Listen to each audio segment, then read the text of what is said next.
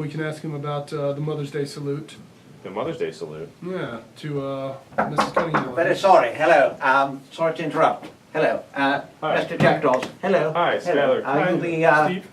Are you the proprietors here? We don't own the place. No, but we're the only ones here. Oh, very good. Perfect. This is Sergei Flifnikov from Belugistan, and he's going to be Lushval to Kasmoltic Skyler. Oh, he just wants to look around because he's going to be creating an art installation. That's here. Fine, we're just doing some show prep. Yes, he's a very, very big artist in Belugistan. Yeah, I mean, He's a good I can't imagine wanting to all a lot of put art in here. luminous floating tanks. Is this place for sale? Is that what's happening? Well, we're renting. He's renting. Oh, he's and renting. then, you know, if all goes well, then the whole building will be shipped to Belugistan. If the sale goes through. Big job. Yes, Okay. it's fingers are crossed. That doesn't happen. What? Oh dear. Oh dear. Uh-oh. No. He seems very It's unhappy. it's the general atmosphere, the vibe. He says the word is very difficult to translate, but it's Like, it's like a is it vibe. something we did? No, I mean, I shouldn't think so. I wouldn't want to offend. We're not even in charge of this. Of course, you're blameless, and good you. luck to you. Well, good luck to sure, the both of Thanks. us. Good luck with... It's Nice. very difficult to find a place that he likes. Very difficult. Nice meeting you abruptly.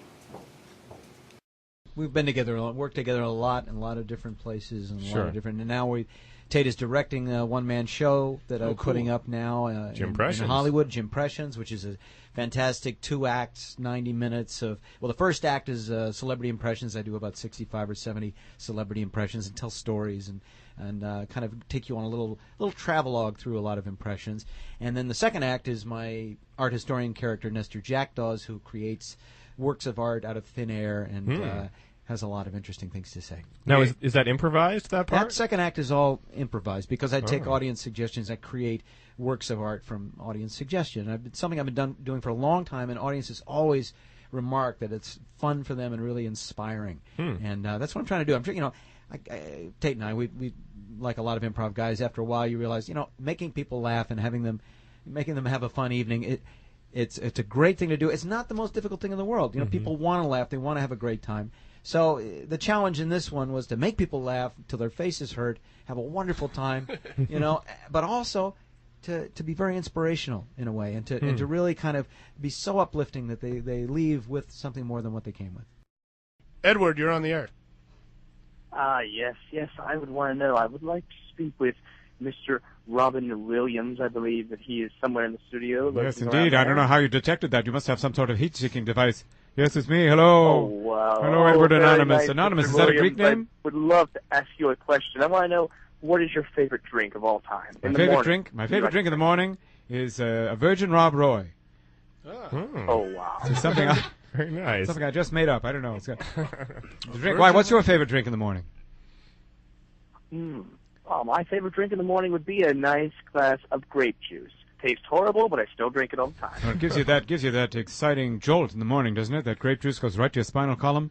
Oh, it does. You know, my grandfather, his favorite drink, my grandfather used to get up and he would drink the water right out of the glass where his teeth had been all night. Oh, these are the jokes, folks.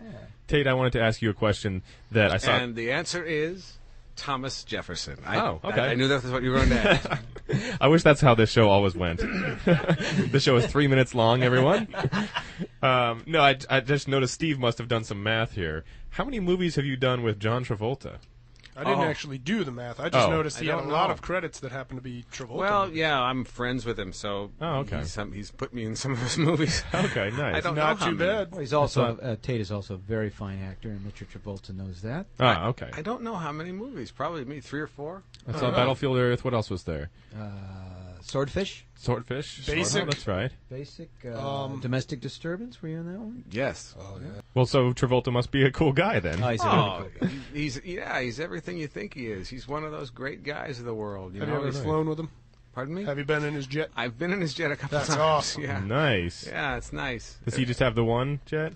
I was in his oldest one, I suppose. His old 727 or something. One of them, 707. He's got a really great old ancient one. Yeah. I don't know how many jets he has. That's okay. But No one does. But he is a swell guy, and he's does a lot for. He helps out a lot of people. He's very much loved and admired. That's one thing you see.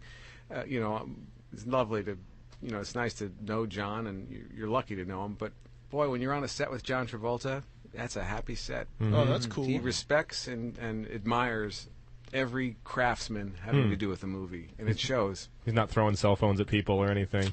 No, that's great. Not unless they really need a cell phone. Right? Yeah. Somebody's like, I need a cell phone. Quick. I wonder if Jim's been in more Ron Howard movies, or if you've been in more John Travolta Probably movies. about the same. About the same amount of Ron Howard movies. Yeah. Yeah. Is that Ron? Is Ron here? Ron, hi. Yeah, just walking in. I understand you were talking about my films, and it's great. Great times with Jim.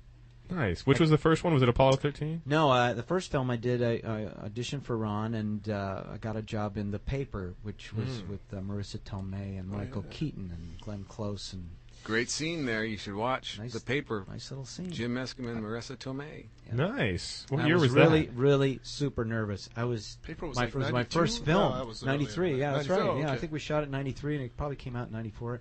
And I was so nervous and so cranky, when you're really nervous, and they kept us waiting a long time, which of course is typical in movies, but I didn't realize that because I'd only been doing commercials and voiceovers where you're just like, all right, let's go. And so you took it as an attack that you weren't on set yet. I was just like, just my skin was crawling, and we went in, and then, I'm acting with an Academy Award winning actress in a big Hollywood movie, and. And they're getting ready for the first take, and I have to kind of improvise my way into the first take because there's this kind of speech my character's giving, and the camera's crawling around, and I kind of come up with this thing that I was going to improvise, and I'm getting really cranky because it's taking so long. And then at first take, luckily, somebody dropped some extra at the bar. It was in a Fern bar, and some extra in the bar dropped this enormous loud thing and spoiled the first take, which was great. I was like, oh, yeah, all right.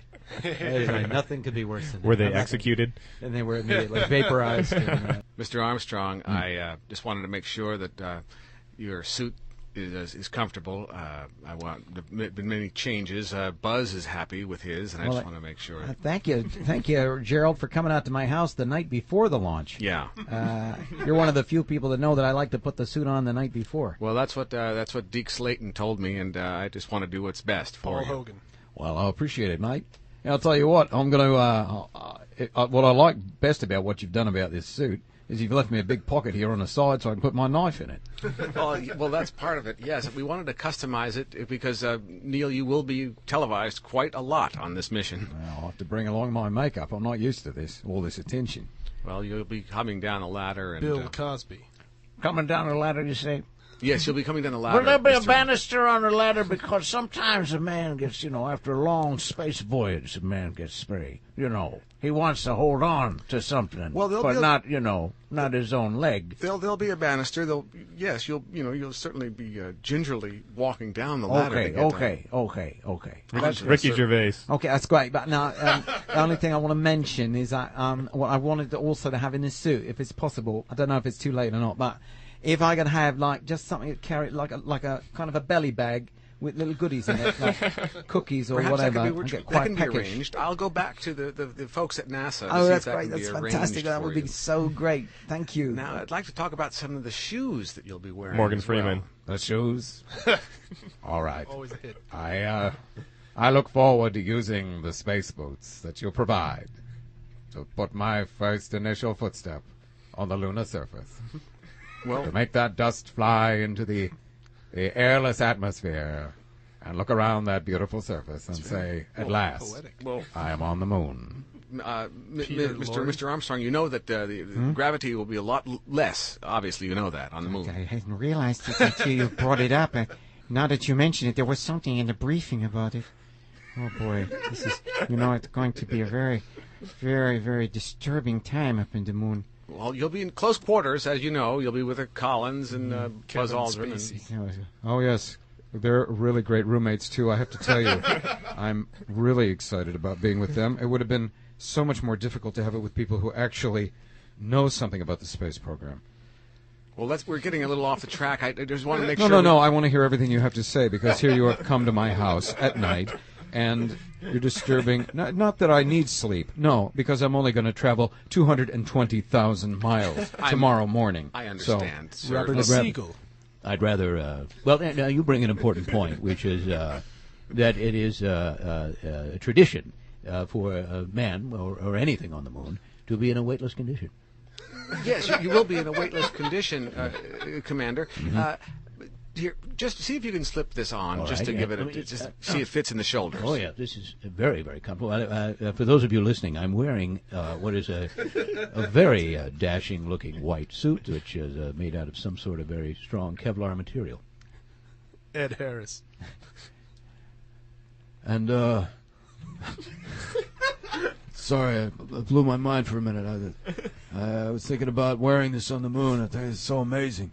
Yes. Finally go up on the moon like this. Yeah. I'm so used to being down in mission control. Right, yeah. Actually, you'll walk on the surface. It's going to be unbelievable. With a vest of a different kind down there. in Yeah, mission control. yeah. Well, suddenly I have a vested interest. That's funny. Let's make it a joke. Well, I know that it's late, and I don't want to keep you much longer. No. There's you're just right. there's just one other thing to go over. It's the oxygen. that Gregory you'll- Peck. Oxygen? I won't need any oxygen. I'm going to store it all in my blowhole. I've studied whales a long time, and I've seen how they've managed to conserve their energy and their air, even though they're traveling far beneath the ocean. I see that you've nailed a gold medallion to I your have. front This door. Spanish ounce will serve to warn passerby that the master of the house is not at home. Oh, thank you. Joe Pesci.